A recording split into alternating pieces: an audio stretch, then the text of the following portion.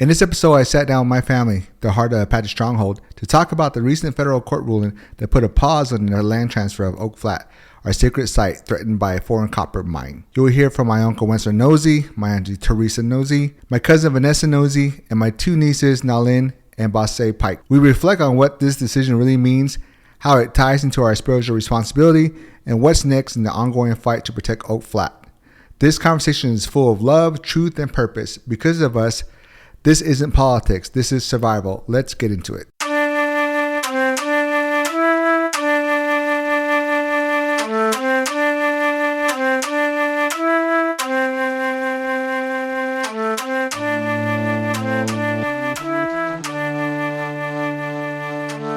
Welcome to the Fight Reasons podcast. It's Matone. I'm here with my cousin Vanessa, my niece Naelyn. I'm here with my niece Baase, my aunt Theresa, and Uncle Wendsler. And we just want to start off with the court hearing that we had, and we had the injunction. And so it came out May 9th that the judge said that he would, they're holding up the injunction for against Resolution Copper. And I just want to talk about how did it feel to be in the courtroom on that day.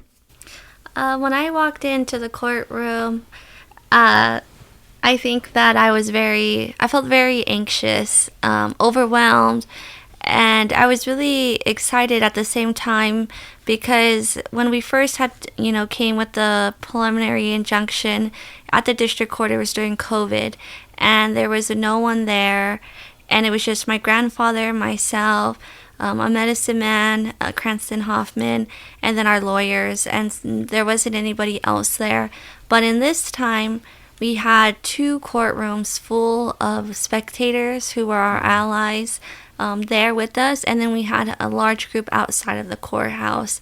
And so that to me was really important for the judge to see that amount of support. Mm-hmm.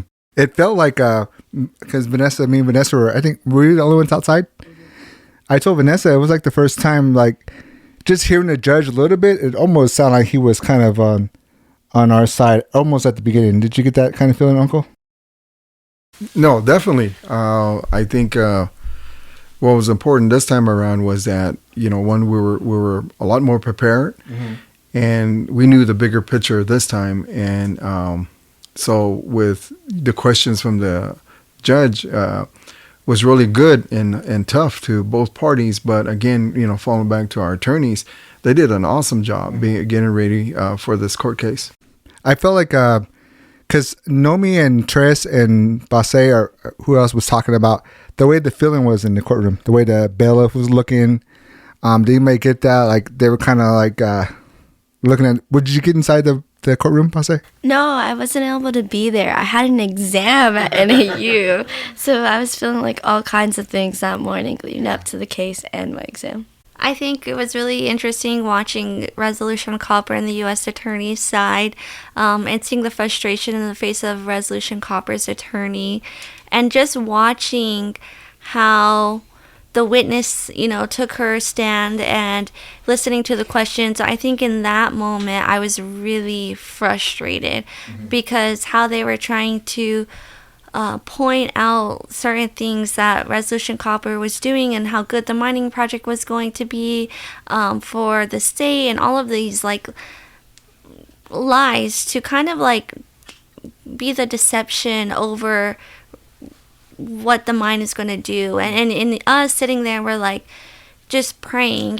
For me, I was just praying, and I was just hearing every word that the judge was asking, what the attorneys were saying, and then even what Beckett and our law firm was saying in the fight for us. And just the energy from everyone, it was really intense. And you could tell everyone was just wanting to pray and was there in that moment, and was hoping for a better, a good outcome, which we got in the end, which is awesome. Because even the judge himself, at the end of the hearing, he says, you will have an answer by May 14th at 5:30 p.m. Yet it took only 2 days, and he came out. And so to me, it was already, he must have already felt like he had decided. And I think that our attorney himself, Luke, was really compelling in his answers and in his arguments, to show and share the truth of what was at hand with Resolution Copper.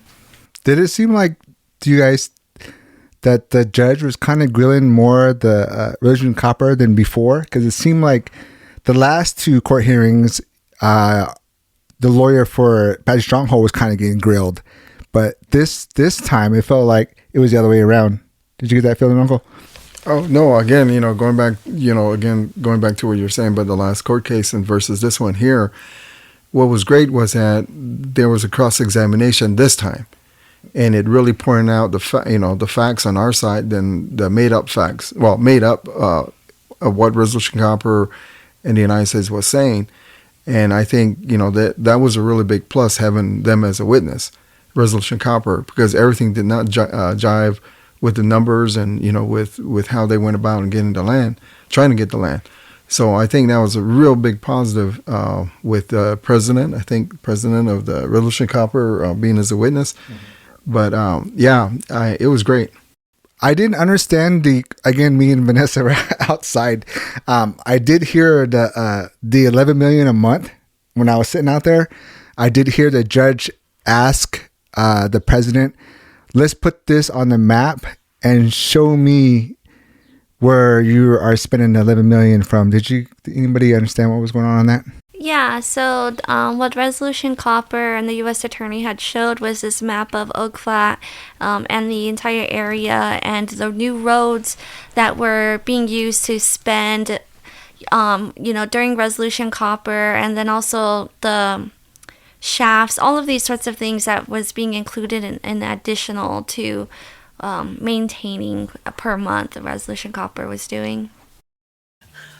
What Resolution Copper was doing was that the attorney for Resolution Copper was asking Miss Peasy what was the cost, and the reason for that is because they had to answer the question of balance of inequities, and so Resolution Copper on their part was saying that, okay, we're spending $11 million every month to keep this going, and they were trying to outweigh the spirituality or the sacredness as opposed to $11 million a month. So it was like a balance of the two. But what was really good about it was that when they were asking her, she came and told everyone that they had already invested in the prior mine, was already working in the prior mine, had already dug in the prior mine, and were doing a lot of things prior to even getting authority to even do that. So they were going forward like, we're going to win, we're going to do, and so they were spending all this money anyway. So the judge, when he wrote his conclusion, was that you guys are spending this, you spent millions of dollars prior already, so this is just a going cost. We can't use that as an inequity for you. And so that's why he gave most of the weight to Apache Stronghold. Because you can't use that equity on Resolution Copper that they don't have, right? They can't use that money. Like say, well, we spent $11 million, which is not on Resolution Copper. It's on the magma mine and. Well, they were trying to say that it was weighted, that was really hard for them. There was something that was bad for them, and so they needed to have the mine right away and the approval for the mine right away because that was their expense. Mm-hmm. That was the thing that was, costing them the most. They were trying to show that, but the judge said no. You can't add that because you're spending that anyway. Mm-hmm. Even though you made the choice to do this, you made the choice to do it without even having approval. I think on top of that is the fact that the witness was saying, well, when we do begin to mine and do all these other things, operations, it's going to cost more.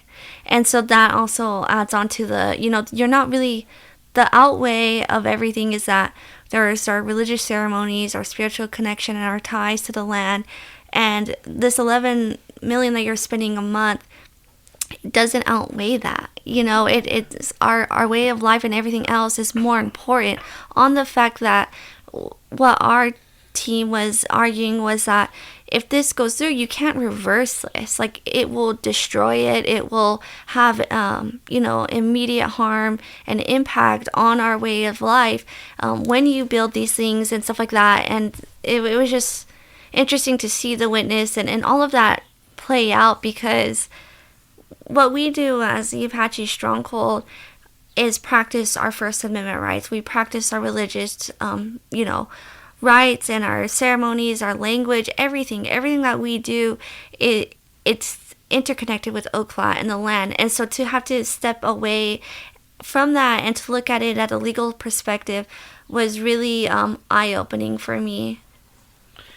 I think what was great about the judge coming out and discussing the $11 million that they have put in their expense is that it showed that they did it regardless of having any permits. They did it regardless of any show forth of them being able to mine. And I think that was excellent because they disregarded any laws. They disregarded the fight on the religious aspects. They disregarded their environmental issues.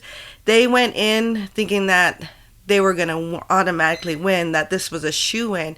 And so they invested all this money, and it brought out the deceit that was behind it, that they were functioning and operating without having all that in place. So they were negligent. They did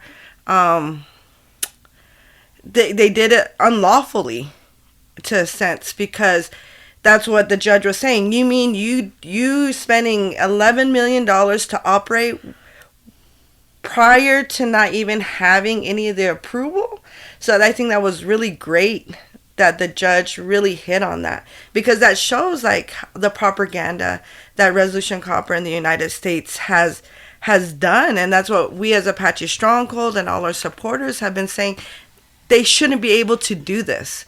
We see all the pipelines, we see all the rigs, we see all these things that are happening at Oak Flat because we're on the ground. My dad's witnessing it firsthand, the earth shaking, the water disappearing, the trees falling in here. They've done all this work without having any approval.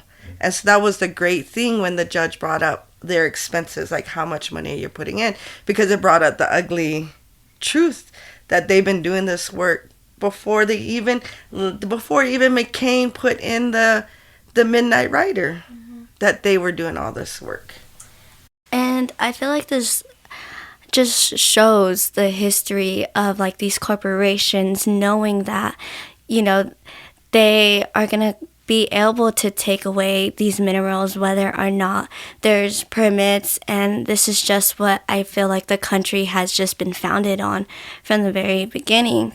And I honestly am happy that the judge, put them back in their place to remind them that they can't just be unlawful and that they can't just be deceitful, that they have to play by the rules just like everyone else has to play by the rules, Matilda, I just want to add that in reference to what Vanessa was saying, is so true, because I think it was a blessing that Resolution Copper was a witness, because now the questions are being asked directly and about when and where and why.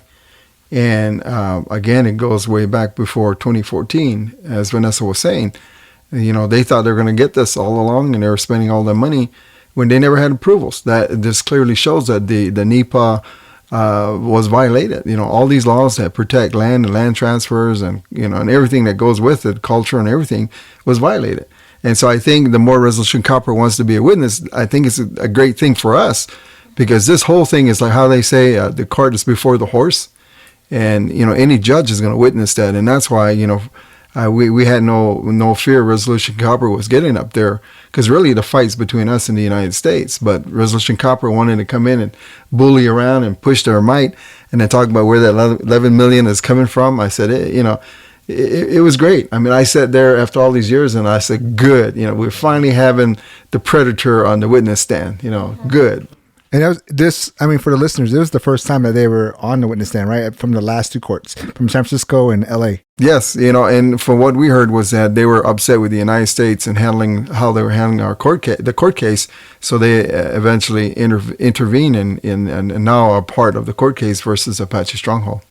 And I think the president also knew for Religion Copper when they asked like where you would have your ceremonies, and she said that's not true. There is a place that they can have it. I think she said Gopher Springs. Did she say that? Yeah. Again, like because I was saying, even when Naelyn was on a couple of episodes ago, there's all different kind of Apache tribes here with different areas of ceremonies. So her saying that they have it at Gopher Springs almost put us all together again. Yeah, and I think what that really gives example to is that they're trying to keep us on the reservation, and it leads to that whole historical fear that our people have had, and it's that idea of you cannot leave the reservation, you have to stay within your bounds, right? You're a prisoner. Yet when we think about the fight for Oak Flat and we see us stepping out of those reservation bounds, we're just reclaiming our ancestral homelands. We're doing our religious rights and our freedom as we should have, as we've always done.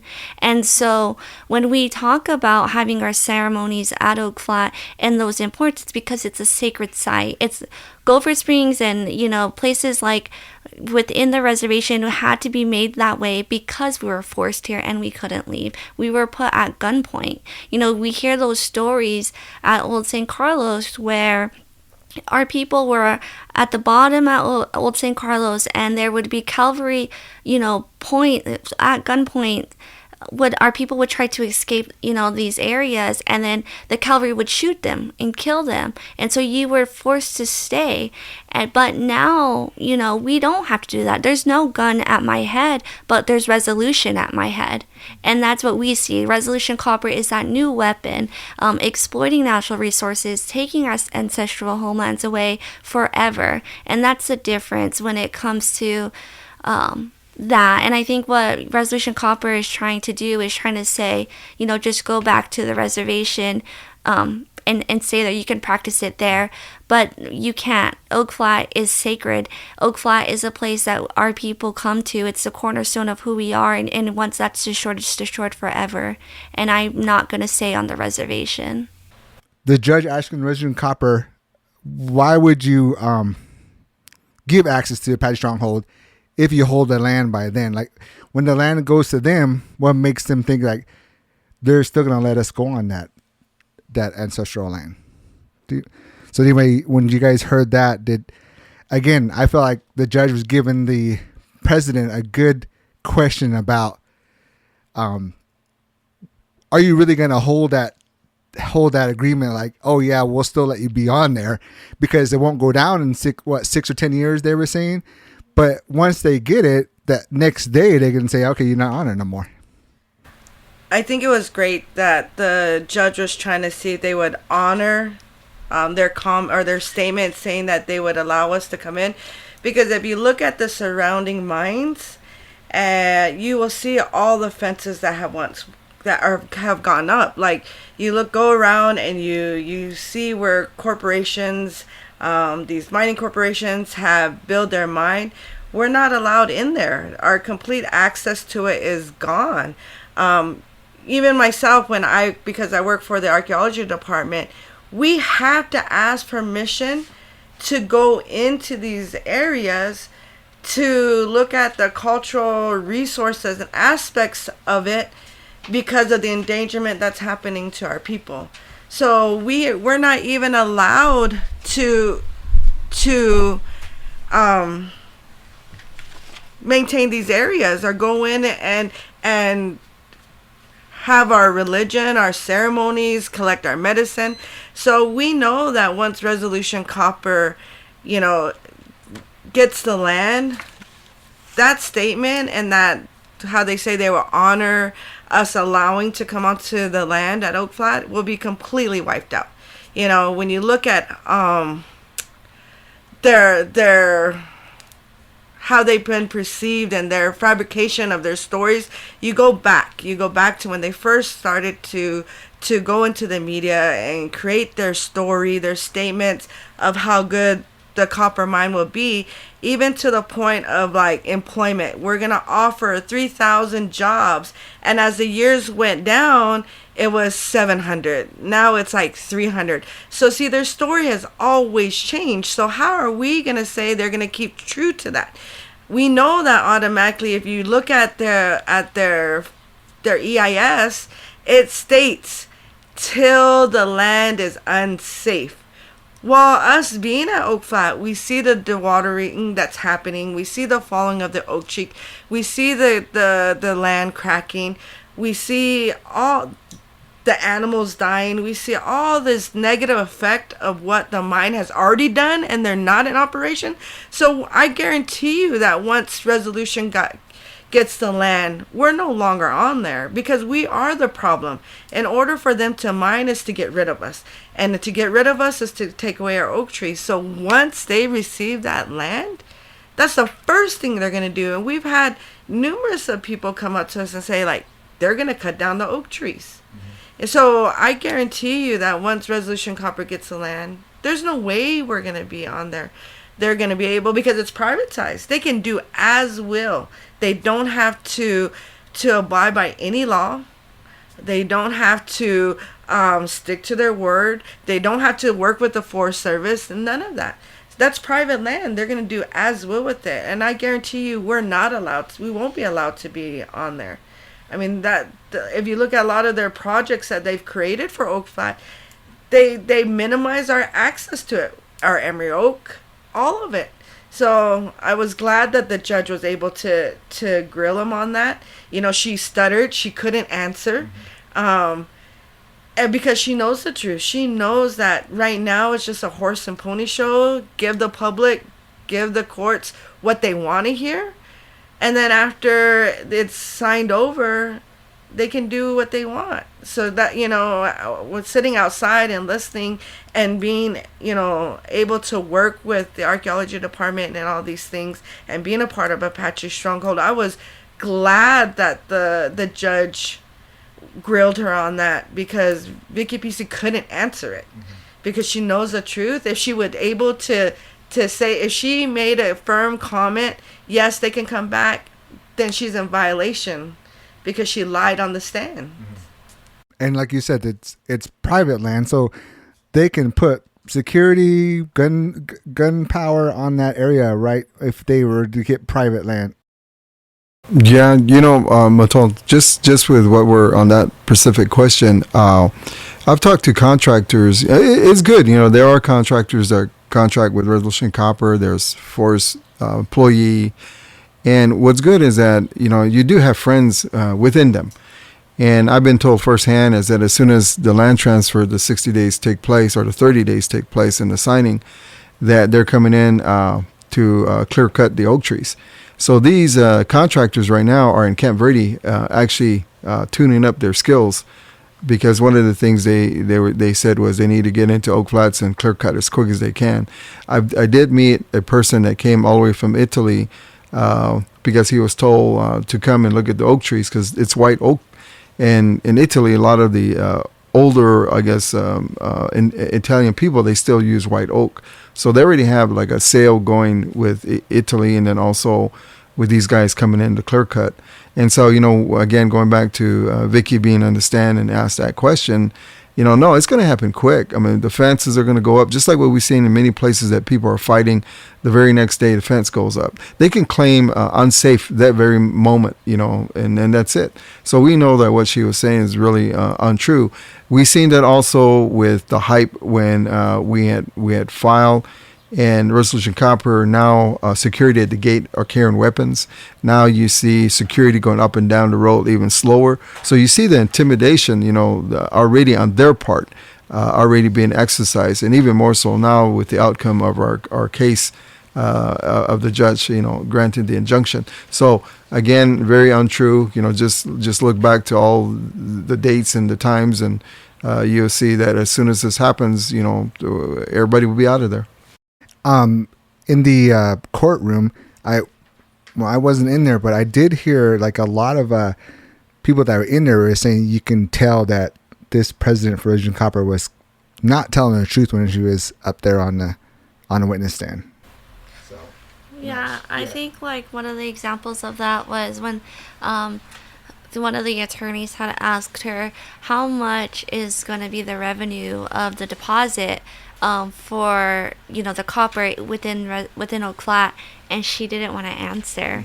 And she was trying to say, well, it can change by tomorrow. It can change. The prices will change, and what inevitably you found out is that the outlay of what Resolution Copper is going to profit off of with the ore compared to what they're giving the United States in the land swap, because they're giving so many acres to the United States of conservation land, and that wasn't even in comparison. Like, it was like such a low ball, because Resolution Copper is going to make billions of dollars off of this copper, but she didn't want to disclose that information to the public. Yeah, the amount of money that they're going to profit is so much money into the future, but it's based on their shareholders, and they're going to do everything they can for their shareholders so that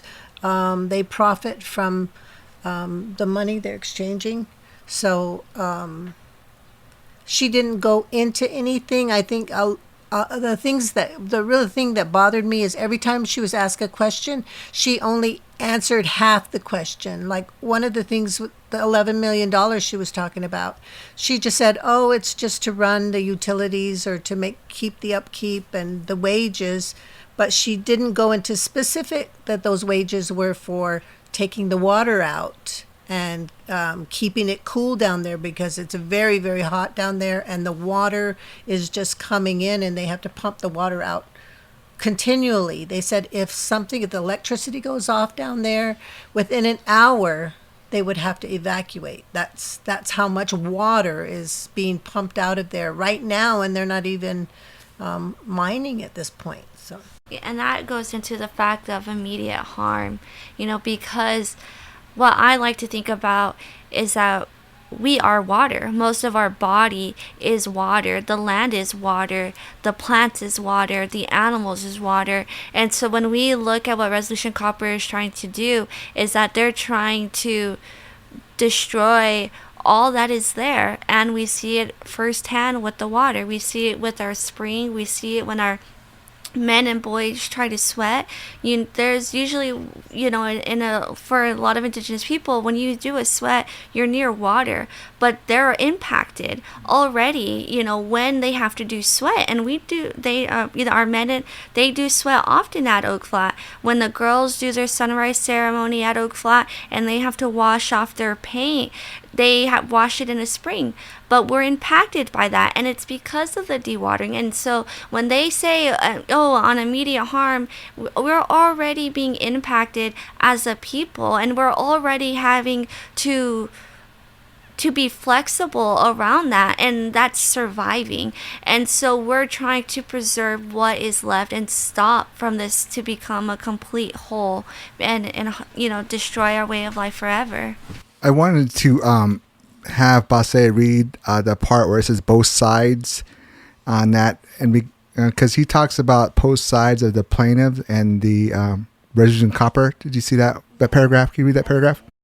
It hits on definitely what Naelyn is saying. Both sides' positions hold water, but the court is more persuaded by plaintiff's emphasis on the fundamental freedoms at stake in this case. After all, religious liberty and the concept of free exercise are grounded in the bedrock of our founding and the structure of our system of government. However, the court's determination regarding the balance of equities need not rest on such considerations alone. Plaintiff also enumerates various harms it will suffer if the land transfer occurs during the pendency of this appeal, which affects both the balance of equities and the likelihood that it will suffer irreparable harm without an injunction. And that's what they use a lot of balance of equities. Is that something that they always use in this kind of case? it's one of the tests that they do in the court cases that they use to the Ling case and the Winters case uses balance of equities to see who rules or who wins on each side. So that's why they talked about it. That's why we say, okay, who is being harmed the most? So whoever's being harmed the most, then if it isn't the stronghold, then they wouldn't have allowed it. They wouldn't have allowed the injunction. But because the judge looked at it and said, okay, this is the stronghold is the one that is, there's no question. So so they allowed the injunction. They can tell that Resolution Copper was gonna profit for this, and we were gonna. I mean, I could tell the judge already seen that right off, like 10, 20 minutes into the court. I could tell he kind of knew something was off with Resolution Copper. What he was pointing out is that it wasn't about the money, and their point was it's about the money.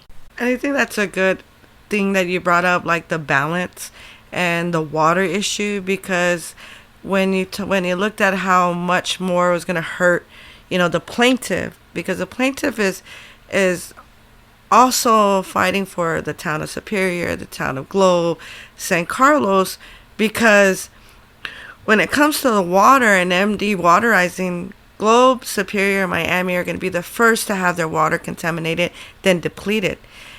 For us on the reservation, the manipulation that nothing affects us here that happens on the outside is totally untrue. That's what the United States government has wanted us to believe.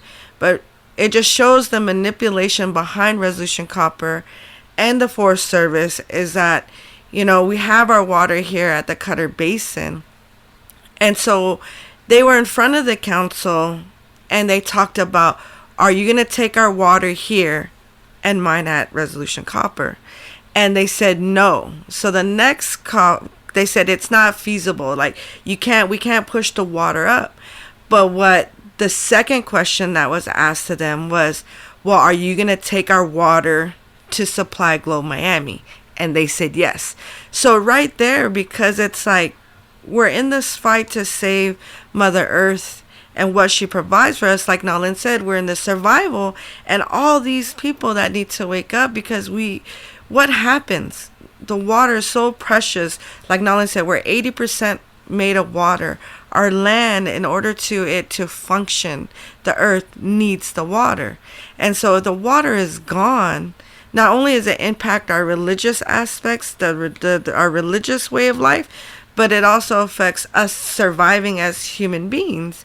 So like for the water here, like St. Carlos needs to understand it is going to Resolution Copper in some way, some form. They might not use it to mine, but that means that it goes back to how they say we're indigenous people. When we're placed here as prisoners of war, we're taken away from our land.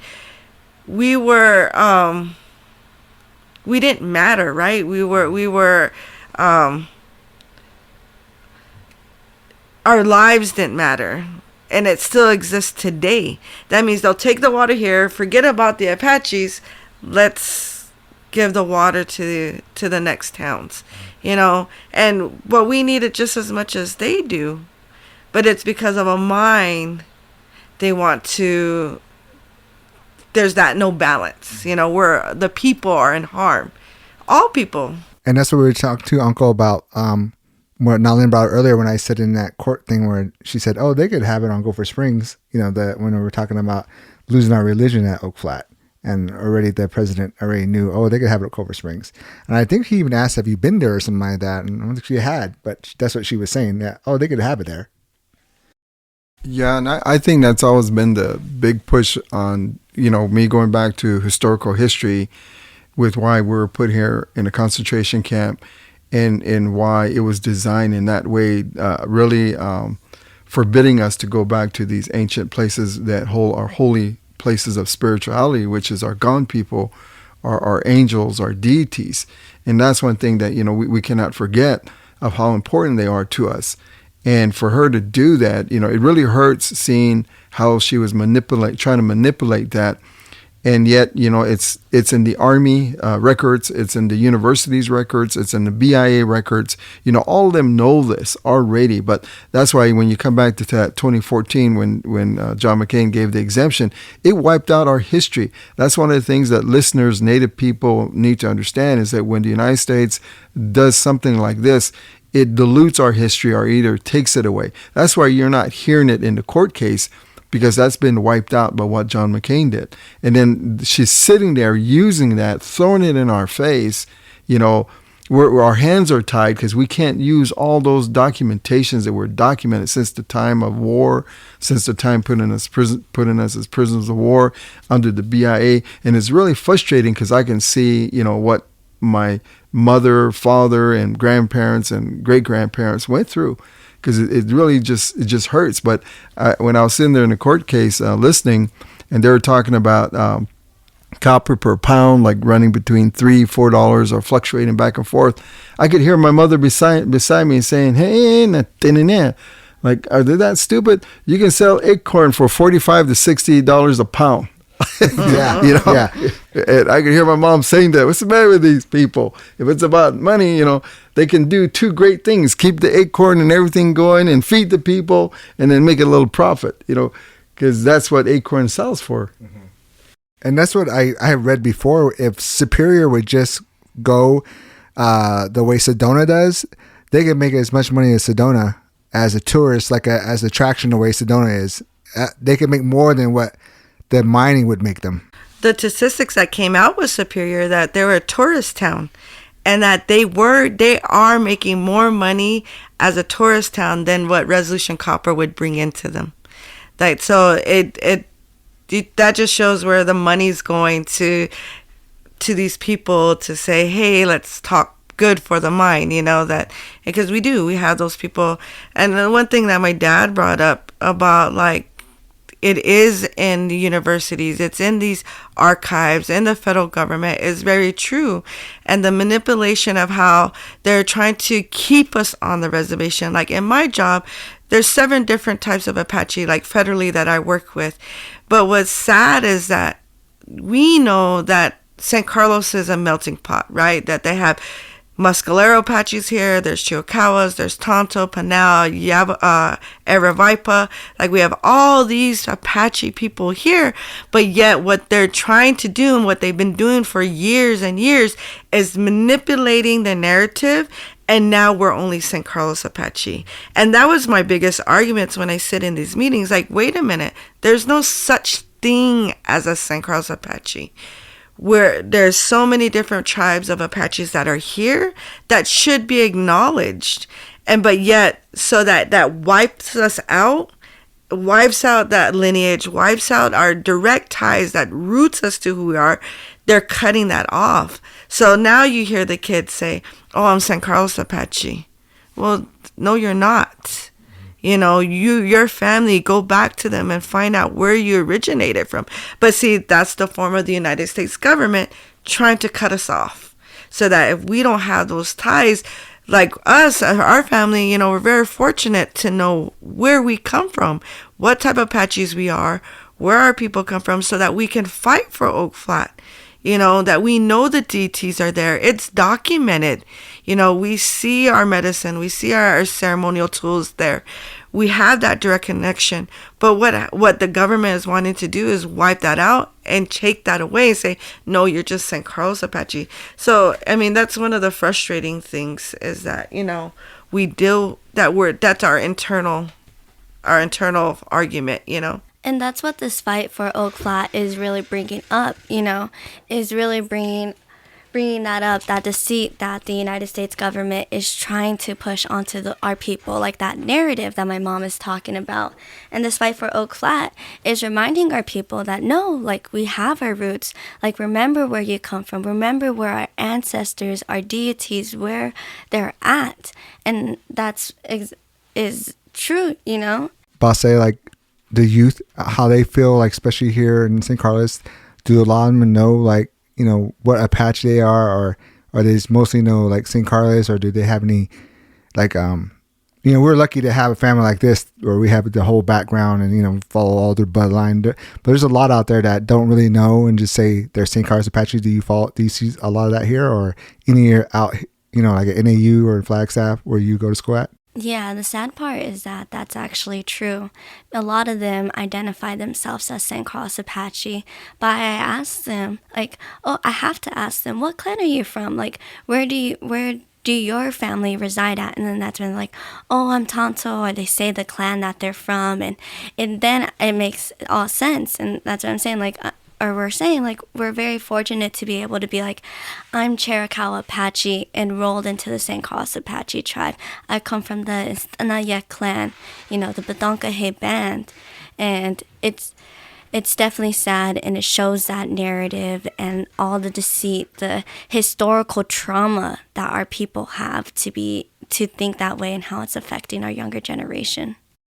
We had a lot of people that helped out during this run, and the last two courts I was at, the one in San Francisco, I wasn't at the one in LA, but it did seem like I was in California doing the run when you guys were running, but it did seem like everything was going smooth that whole week. The run was going smooth. The Thursday night or Tuesday night, or was it Monday? It was Tuesday night. Speeches went great. Started on time. The runners got to the park on time. It just seemed like everything was falling in place that day. I don't know if it was like that the last two court dates, because I showed up late on the first one, but this one, it did seem like just the energy was just a little bit different to me. It just felt really good. I don't know if anybody else had that kind of feeling, but that's the feeling I had, that even when I woke up that morning, it just felt like it was going to be a good day. Well, I want to say that, with Vanessa and Cooper, who were in charge of the run, I'm really grateful, because they were two very strong people to lead very strong runners. But I got to go back to, all the prayers from all over the world and in the country, and all the people that I've sat with in churches and a fire, with all my Native brothers and sisters, and and asking people to light candles, and and doing as much as I can, because I know that this fight is about prayer. It's about what's good and what's bad, and I know we're fighting something really evil. So I'm really grateful to Vanessa and Cooper, because it gave me the opportunity to just stay on prayer and stay on our medicine, and to take down the important things that we needed to take down to the valley. And also, keeping in prayers our attorneys, and also the federal judge, and everybody else, because it comes back to, what are we really fighting? We're fighting conscience, we're fighting morals, we're fighting integrity, of it being gone and being displaced, because of a corporate country. And I was really happy on this run, again, like I said, because it left me to stay with the older people. It left me to stay with the medicine people. And it left me to just pray and protect, far ahead of everybody before it even happened. And, I'll leave it to Vanessa on the runners, that came together, because that was really special, too. Everything was just really special. And like you said, even for myself, I've never felt, I would have to say, a spiritual momentum. It was something something far deeper, that was unexplainable, just things that were happening. But again, for me, I just want to say, I was really proud of the two heading it up for me, because I'm normally trying to do what I can, but I will say, leave me to the praying, leave me to putting this together. You guys take care of all these other stuff, and I'll leave that to Vanessa to answer. But it was really motivating, something far deeper and higher that sometimes you can't even explain. We're organizing the run with Cooper was a really great experience. Of course, you always face challenges, especially the one thing, well, with the one thing my dad has always taught me, and Grandma has taught us, is when we do this stuff, we're fighting evil, and evil is always going to be there, but we have to be that one step ahead, and the only way we can be that one step ahead is in prayer. And so that when you're doing good things, there's always evil around. But this run, knowing that coming into this, especially we were running to the district court, especially because we knew that we had less than 30 days till the final EIS was going to come out. Like, all these odds that were kind of against us, you know. We did have that like spiritual momentum. Like, this is the time I felt, yes, we're that one step ahead. Even though you knew like there was something dark or you were being challenged with something, like, we got this. Like, we were that one step ahead. And it was amazing to witness and to be a part of, and to see all these runners come in, you know, because we didn't know. My dad gave us like less than a week, and he's like, I dreamt it, and we're running to the district court, and we're like, okay, like, you know, and then like all these things are coming into place. And so just having that communication with Cooper, him being an ally and a great support, and knowing the city, you know, the type of person he is, so he knew all the routes along the river. So that was really great to have our runners like on the ground and not completely immersed in the concrete. And I think that was really pushed, because my dad always told us, like, when you do these things, you tell them, come with me.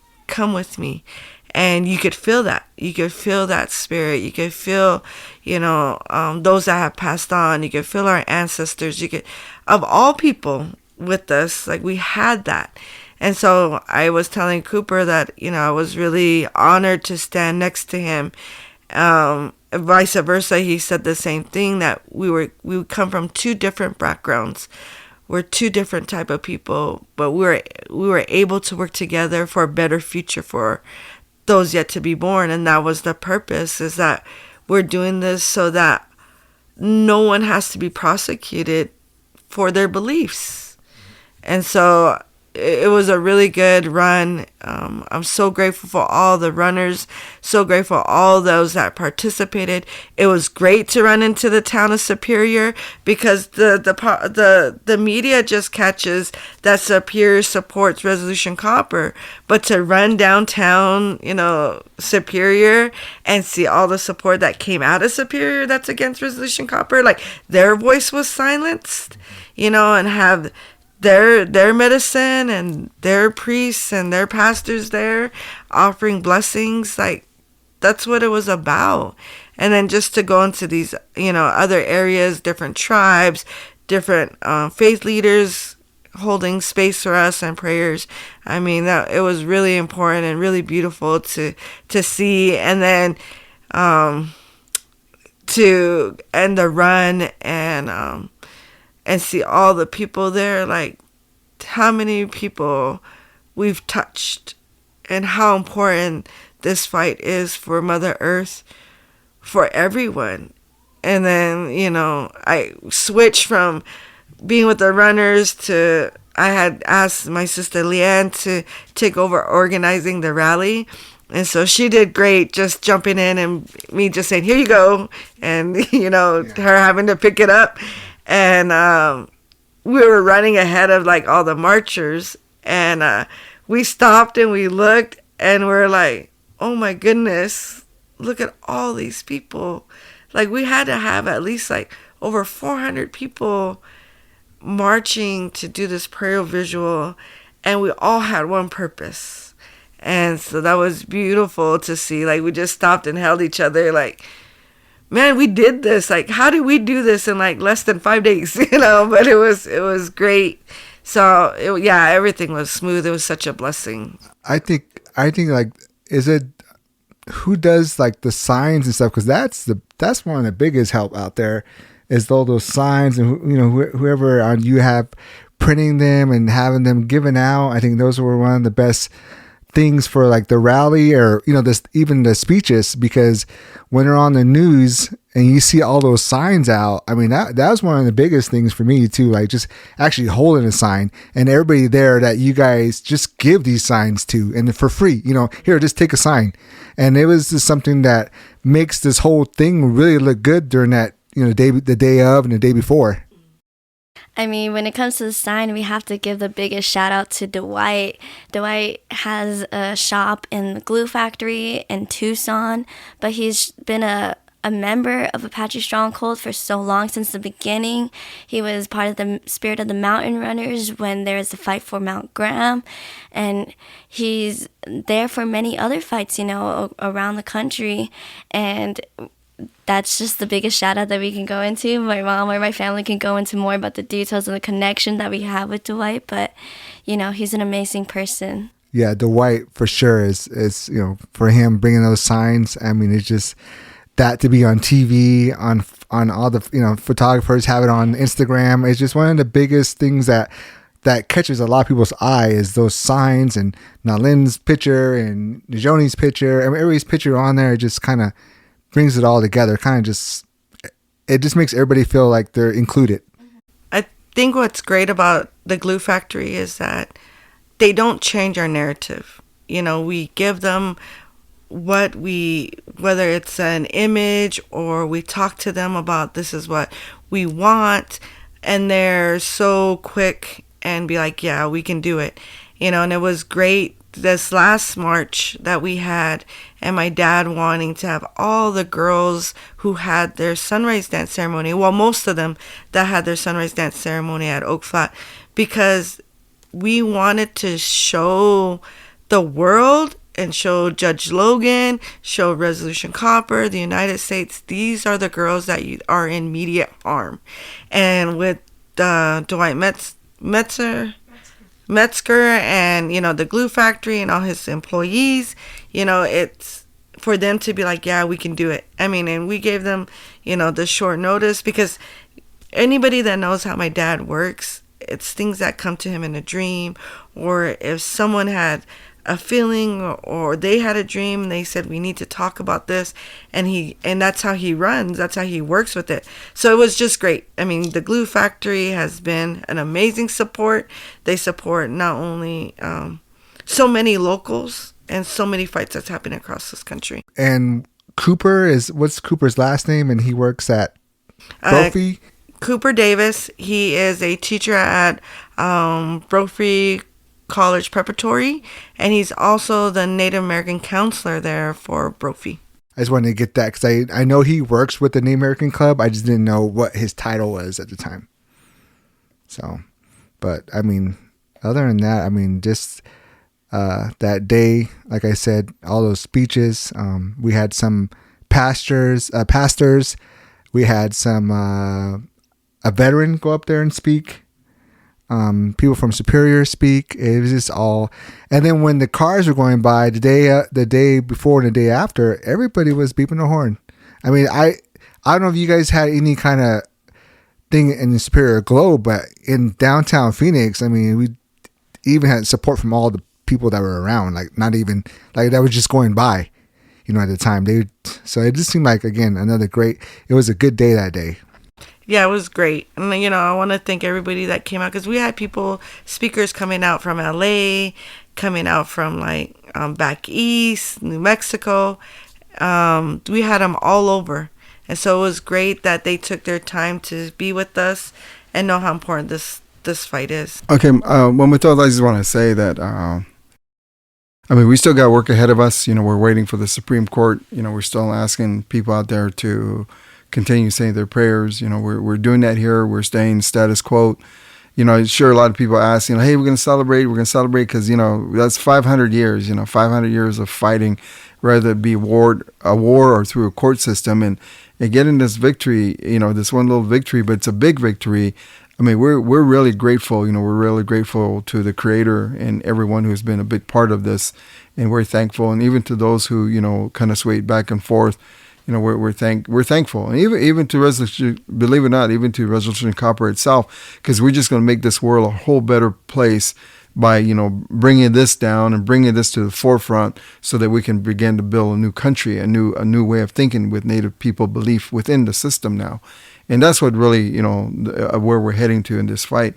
But I'm really grateful, but it's still we're still in that position that Oak Flat is still on death row. It's still, we paused it, but now what's going to happen next, and it's really going to define whether this country is totally corporate, which we know it has been, or else we've lost what is good, which means the morals, integrities, which means that we are spiritual. That's what's at stake. If we don't win this, then Mother Earth is totally at stake. And right now, the first one walk into that gas chamber, with Resolution Copper going to pull that switch in the United States, walking Oak Flats down that road, we're still there yet, but we still have time. The United States Congress can still do things. Our congressmen from Arizona can stop this. There's so many things that can happen. So now, it really falls in the hands of all of us here. I know we're relying on the court, and I'm praying that the court will make the right decision.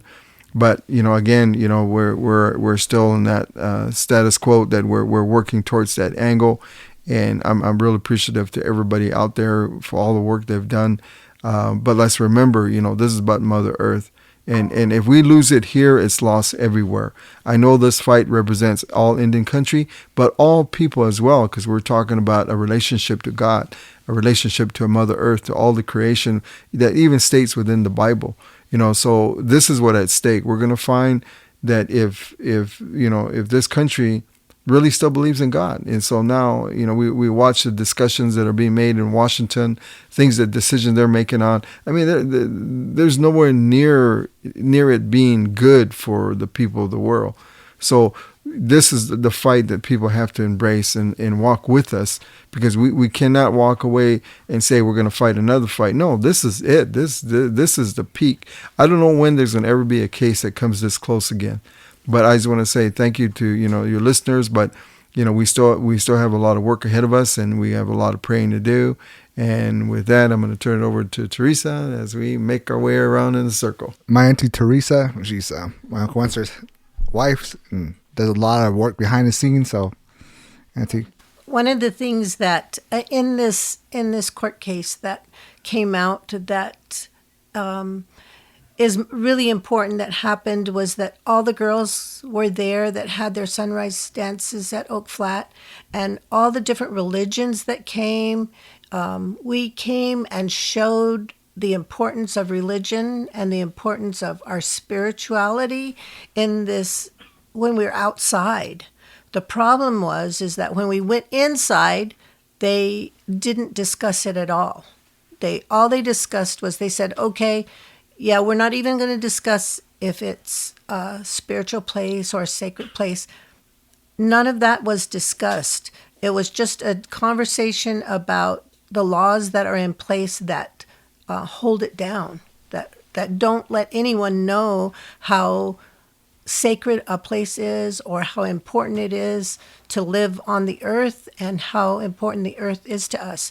They don't even talk about that in the courtroom. And so it's very important that everyone showed up, everyone showed the media, because what's happening in the propaganda is that mining and money is the most important thing, and that's what they push all the time. So it's always important for us to come together and show that there is a different side to living, and that we did that. And I was very impressed with that. And I was very happy that everyone showed up, and we got to just keep praying and lighting the candle and make sure that we keep those things that are important about living on the earth in mind. Thank you. And Baase, do you have anything? Yeah.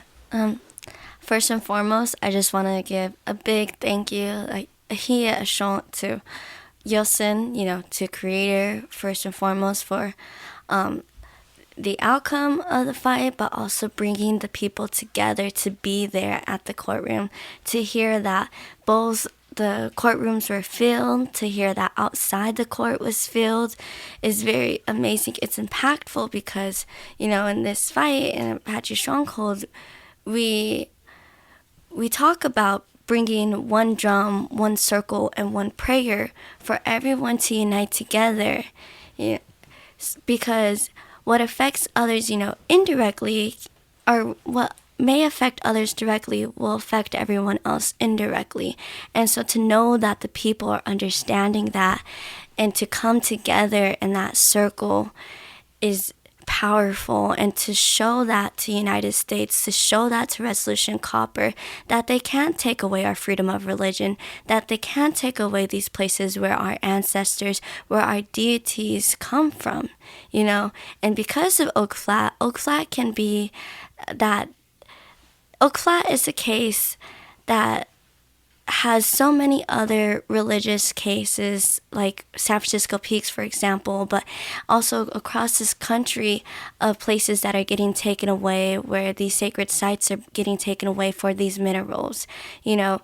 And so it just shows how much that the people, that they truly believe in protecting the land, that they truly believe that the United States cannot take away our freedom of religion just over profit for greed, you know. So I just want to say thank you, you know, Ahia, Sean, and a shout out to NAU. I'm a student at NAU, and I wasn't able to be there, but my friends told me, I'll be there, like, we're going to be there, like, we believe and we support the fight, like, we're also going to be there to support you and the stronghold, you know. So for them to be there was amazing, and it shows that the young people are waking up, that they're connecting back to their roots, that they're going back to their homelands, and they're not going to let, you know, they're not going to be sleeping. They're not going to let the United States, these corporations, do whatever they want, that they're going to stand up for them and for the generation that's here now and the generations that are coming in the future. And so now we just come together, you know, to pray, celebrate this victory. You know, who's to say that, like, Native people, indigenous people have beat the United States, you know, our first time, like, that's amazing. And so we celebrate this victory, but, you know, we get ready for our next battle to go against the Supreme Court. You know, what the judge said at the end, that the Supreme Court needs to take this case, that this case is vital, you know. So it's up to the Supreme Court, and the Supreme Court knows, like my grandfather has said, that the spirit of the West is coming. So we're ready, you know. We just got to get ready, and I just want to say thank you, you know, Uncle, for spreading our word out. Oh, you're welcome. Thank you so much. Vanessa, you got anything? This fight, you know, I've seen it transformed into something so big that I could have never imagined. From the beginning of us fighting for Mount Graham, and my dad stepping out of the box and taking on the fight against Resolution Copper and the United States government, and how it transformed from not just an Apache fight, not just a state of Arizona fight, but an all people fight. And one of the beautiful things that I've witnessed in that is the people that we come in contact with and have a same purpose to fight for Mother Earth. And that's what Oak Flat is about. It's fighting to not only protect our religious right that has been violated since colonization, but that how it continues to exist today, but that how it's not just the Apache people, it's not just the indigenous people, it's all people. And that the assimilation just didn't happen to us. It's new to us. Like, we can still feel the chains around our ankles and our wrists, but that the non-indigenous community has adapted to it and no longer feel it, and we're trying to wake them up. So when you look at the Oak Flat case and the situation, it's vital for everyone, and that's what I've been able to witness, is see how many people, from young to old, from different faiths and different backgrounds, come together for this one sole purpose, you know. And it's a great victory. Calling my dad and be like, look at your text message, look at, you know, look at your calls, and he, because we're so busy and we're just like, okay, what's the next step, and to able to pause and be like, wow, we finally got a win. But that wow wasn't just for us. It was like we could literally feel Oak Flat and Mother Earth breathe one more time, you know. And that was the victory, was that we could see it and feel it and hear it, that she's breathing one more time. And that's been important. And I think the one thing with Oak Flat is that we're really waking up the people, because this world wouldn't be in this situation if they didn't forget their relationship to the land. That's what we're trying to tell people. You have to have a relationship to the land, because if we continue to view it as profit, view it as no life, then we'll continue to destroy it, and that'll be end of our survival. That'll be end of all humanity. But reminding them, you need to have that relationship to the mother. And so with that, that's what we see. That's what I see as the people are finally saying, she's alive, she has a place, she has a right, so does the indigenous people, and so do we. And so, it's amazing to witness and to be a part of it. I was just talking to Morgan, and he said, I never thought I would be, in my lifetime, be in a fight like this.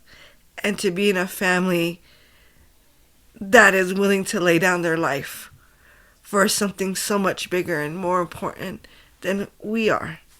And so I think that's, that concludes it for me, is to hear him say that, because that's how we all feel, in this fight to save Oak Flat and Biłdagoteel and Nagosan, Mother Earth.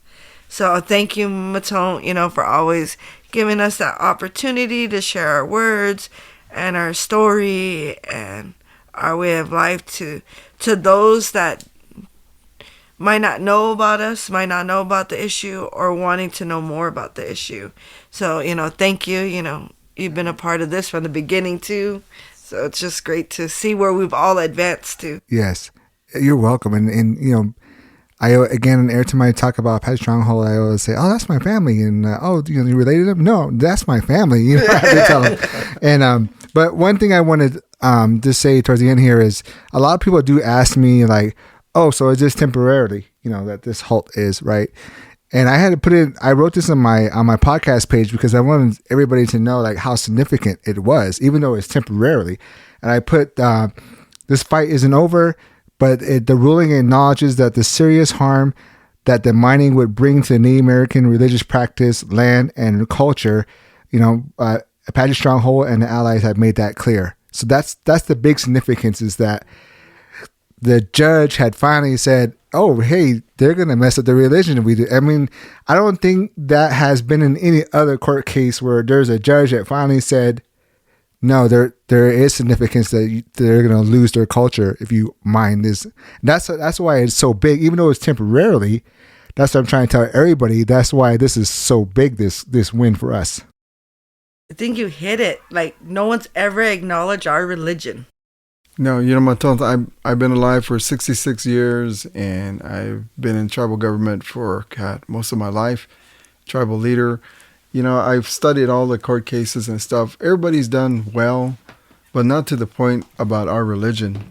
This is the first court case that has ever been brought to this level. And this is something, that's why, those who may not understand it, this is a huge victory, because we finally got them to admit, even the United States admit in a federal court, that this is a sacred and holy place. And even Resolution Copper did not deny that, even though John McCain stripped us from 2014 back, they did not deny. So every tribe and everybody should be running with this. Mm-hmm. This victory was for all of us. That's why I was saying, over 500 years, we finally got them to admit in this court case. So you're exactly right in your statement. This is a huge victory. I see this branching out to many other cases, because now we can hold the United States accountable. Now my kids, my grandkids, your grandkids can sue the United States when San Carlos becomes contaminated, because they recognized it, we warned them, and even towns and cities may be able to do that.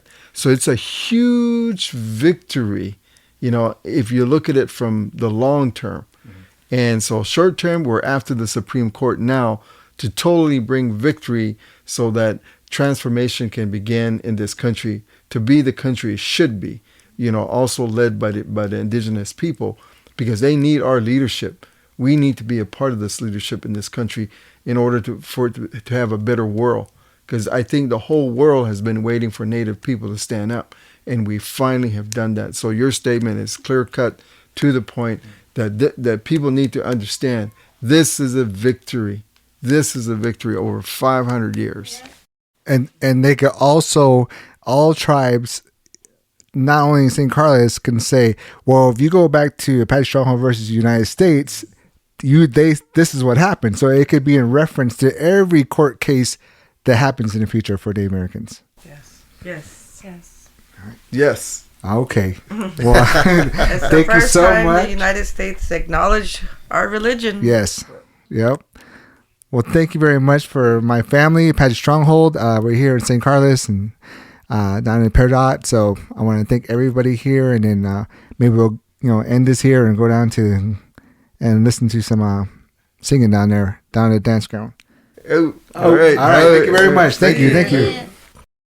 I want to thank the Apache Stronghold for taking the time to sit down with me and share their thoughts, strength, and direction as we reflect on the court's decision and what comes next in this fight. A special thank you to my Uncle Wendsler, my Aunt Theresa, Vanessa, Morgan, Leanne, Naelyn, Nosie, and Baase. Your courage and sacrifice continue to inspire generations. To my uncles, aunts, cousins, nieces, and nephews, and my own kids, thank you for always showing up, whether it's to run, to dance, to sing, or to pray. Your presence keeps the spirit of this movement alive. And to those who help Apache Stronghold reach communities far and wide, shout out to Dwight, Cooper, Steve, Molly, Robert, and so many more I can't name right now, but I see you and I appreciate you. This fight for Oak Flat is far from over, but we stood up to the United States and made it clear. Our Apache faith, our spiritual connection to Mother Earth is real, and now they have been forced to acknowledge it. From the bottom of my heart, thank you to everyone who continues to support Oak Flat, stand with the Apache Stronghold, and walk this sacred path with us. Until next time, keep fighting for our existence. Thank you all for tuning in to the Fight for Existence podcast. If you guys want to keep up with the podcast in general, what you could do is follow the social media account. The Instagram account is going to be Fight for Our Existence. Again, that's Fight number 4 Our Existence. Go ahead and give that a follow. And if you guys have any questions for us, or you guys would like to be on the podcast, in the Instagram, there's a link. Go ahead and click that. No matter what kind of platform you guys are listening to this podcast on, there's always that plus or that follow button. So go ahead and click that so you guys can get notifications when we upload our next episode. And if you guys are listening on Spotify, what you can do is go ahead and rate the show. And if you guys are only listening on Apple Podcasts, what you can also do is write a review for the show. Thank you all for tuning in to the Fight for Existence podcast, and we will talk to you next time.